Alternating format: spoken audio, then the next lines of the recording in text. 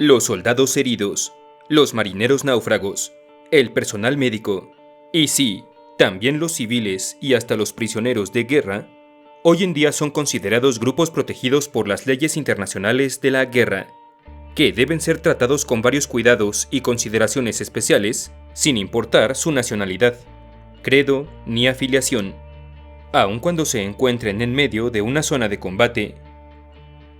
De hecho, según los acuerdos de Ginebra, casi cualquier transgresión grave a los derechos básicos de estas personas durante una acción militar podría considerarse un crimen, que en teoría tendría que ser perseguido por las Cortes Internacionales de Justicia, lo que, desafortunadamente, muchas veces no sucede.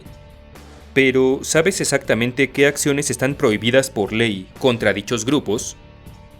Bienvenido a la Armería, mi nombre es Carlos Sánchez, y hoy te hablaré sobre cómo debe tratarse a los civiles y los prisioneros en una guerra.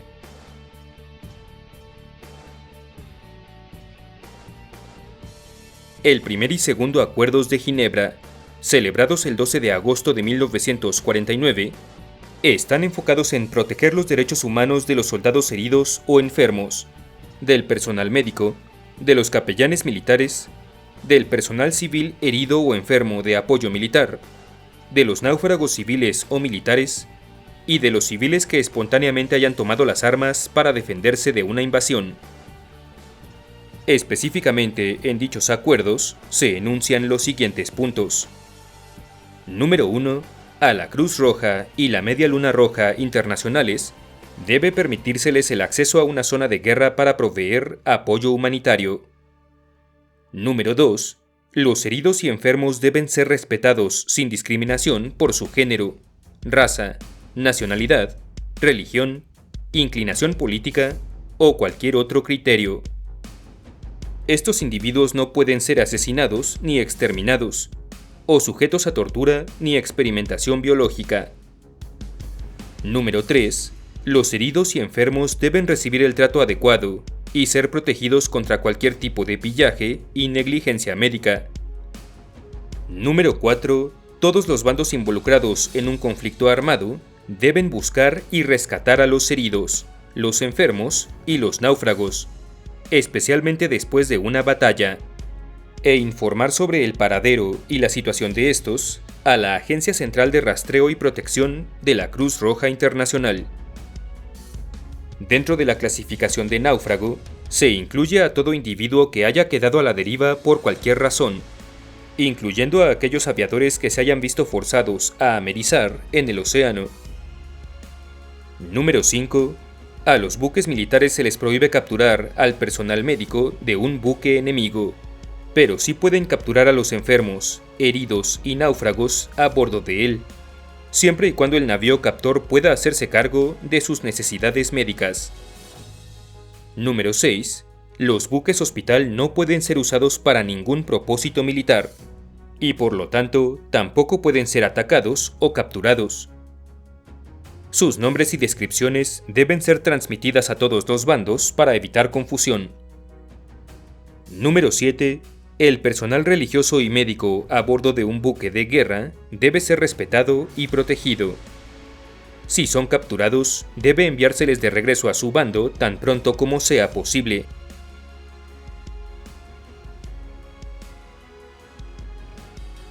Ahora bien, el tercer acuerdo de Ginebra, igualmente celebrado el 12 de agosto de 1949, establece reglas específicas sobre el trato que debe dárseles a los prisioneros de guerra, incluyendo miembros de las Fuerzas Armadas, milicia voluntaria, miembros de grupos de resistencia y civiles que acompañen a las Fuerzas Armadas. En concreto, este acuerdo enuncia los siguientes puntos. Número 1. Los prisioneros de guerra no pueden ser sometidos a tortura o experimentación médica, y deben ser protegidos contra todo acto de violencia, insultos y curiosidad pública. Número 2. Los prisioneros de guerra únicamente están obligados a indicar a sus captores su nombre, rango, fecha de nacimiento y número de servicio militar, pudiendo reservarse cualquier otra información, sin ser esto razón para ser víctimas de maltrato alguno. Número 3. Las prisioneras de guerra del género femenino deben ser tratadas con la consideración que merece su sexo. Número 4.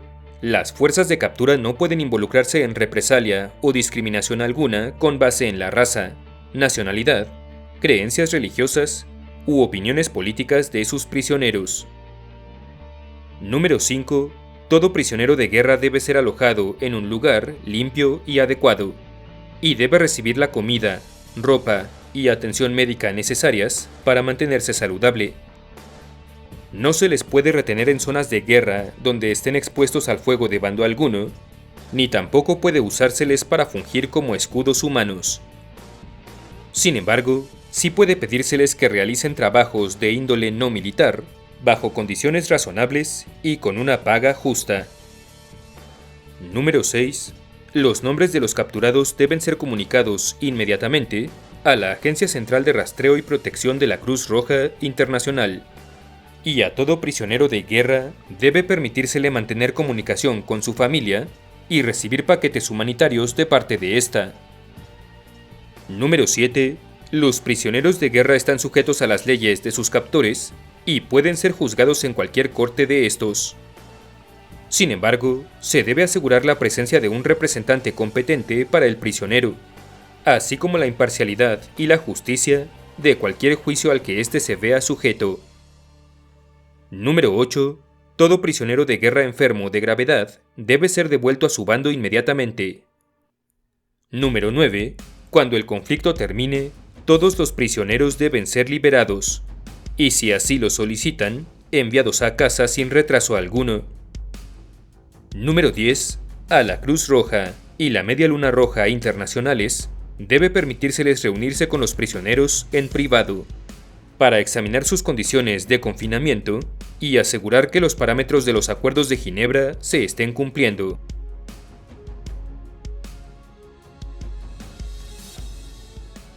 Finalmente, el Cuarto Acuerdo de Ginebra, también firmado el 12 de agosto de 1949, delinea normas específicas para la protección de civiles atrapados en zonas de guerra, o bien bajo una ocupación militar, dictaminando que: Número 1. Todo civil debe ser protegido contra el asesinato, la tortura y cualquier forma de brutalidad o discriminación, ya sea con base en su raza, nacionalidad, religión o inclinación política. Número 2. Se pueden establecer hospitales y zonas seguras para cuidar de los heridos, los enfermos, los ancianos, los niños menores de 15 años, las madres embarazadas y las madres de niños menores a 7 años. Estas zonas deben respetarse por todas las fuerzas armadas involucradas en el conflicto, sin poder ser atacadas o capturadas. Número 3. Todos los bandos deben proteger a los hospitales civiles y a su personal. Número 4. No se puede interferir con las labores de la Cruz Roja y la Media Luna Roja internacionales para el cuidado de niños huérfanos y la reunión de niños extraviados con sus familias. Número 5. Todos los combatientes deben respetar la seguridad, el honor, los derechos familiares, las prácticas religiosas y los usos y costumbres del personal civil. Número 6. El pillaje, las represalias, la destrucción indiscriminada de propiedad civil y la toma de rehenes quedan estrictamente prohibidos. Número 7. A los civiles no se les puede someter de ninguna manera a castigos colectivos ni a deportación. Número 8. Ningún civil puede ser obligado a realizar trabajos de índole militar para una fuerza invasora. Número 9. Todo civil debe ser remunerado adecuadamente por cualquier trabajo que le sea asignado en tiempos de guerra. Número 10. Una fuerza de ocupación debe proveerle toda la comida y medicamentos necesarios a la población civil del territorio ocupado, y debe mantener adecuadamente las instalaciones médicas y de salud pública.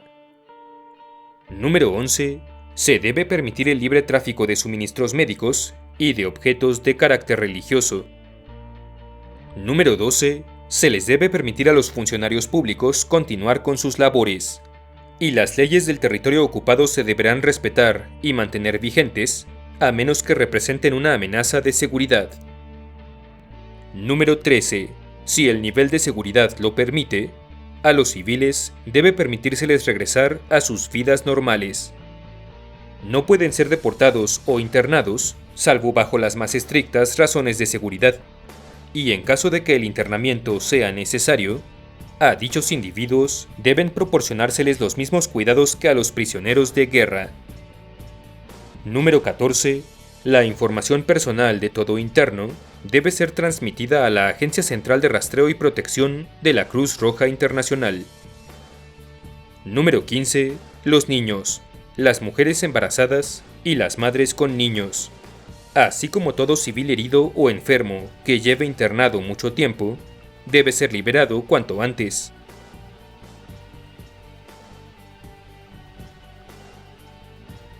Cabe destacar que no todas las violaciones a los acuerdos de Ginebra se persiguen o se castigan de la misma forma, pues solo a las más serias de estas se les clasifica como crímenes de guerra. Así pues, de entre todos los artículos que conocimos en este video, solo las siguientes faltas son consideradas de carácter criminal. Número 1. El asesinato voluntario, la tortura o el trato inhumano de cualquier herido, enfermo, náufrago, prisionero o personal médico, religioso o civil. Número 2. El causarle voluntariamente un gran sufrimiento o heridas graves a cualquiera de dichos individuos. Número 3. El obligarlos a prestar servicio militar en las filas de la fuerza enemiga. Número 4. El privarlos de su derecho a un juicio justo. Número 5. El tomarlos como rehenes. Número 6. El destruir sus propiedades o apropiarse de ellas sin necesidad militar. Y número 7. El deportarlos, transferirlos o confinarlos ilegalmente. Cualquier miembro de una fuerza armada sospechoso de haber cometido alguno de estos crímenes o de haberlos ordenado debe ser buscado idealmente por su mismo gobierno y llevado de inmediato a la Corte Criminal Internacional. Sin embargo, si la fuerza armada de origen del presunto criminal no toma las acciones debidas, el Consejo de Seguridad de la ONU o la misma Corte Criminal Internacional pueden hacerlo en su lugar mediante el establecimiento de tribunales internacionales. Si el video te gustó, apreciaría mucho tu like, tu suscripción y tu visita a mis redes Facebook, Twitter e Instagram, cuyos enlaces tienes en la descripción. Un abrazo a los generales de la armería, así como a los miembros tropa y oficiales por su invaluable apoyo. Muchas gracias y hasta la próxima.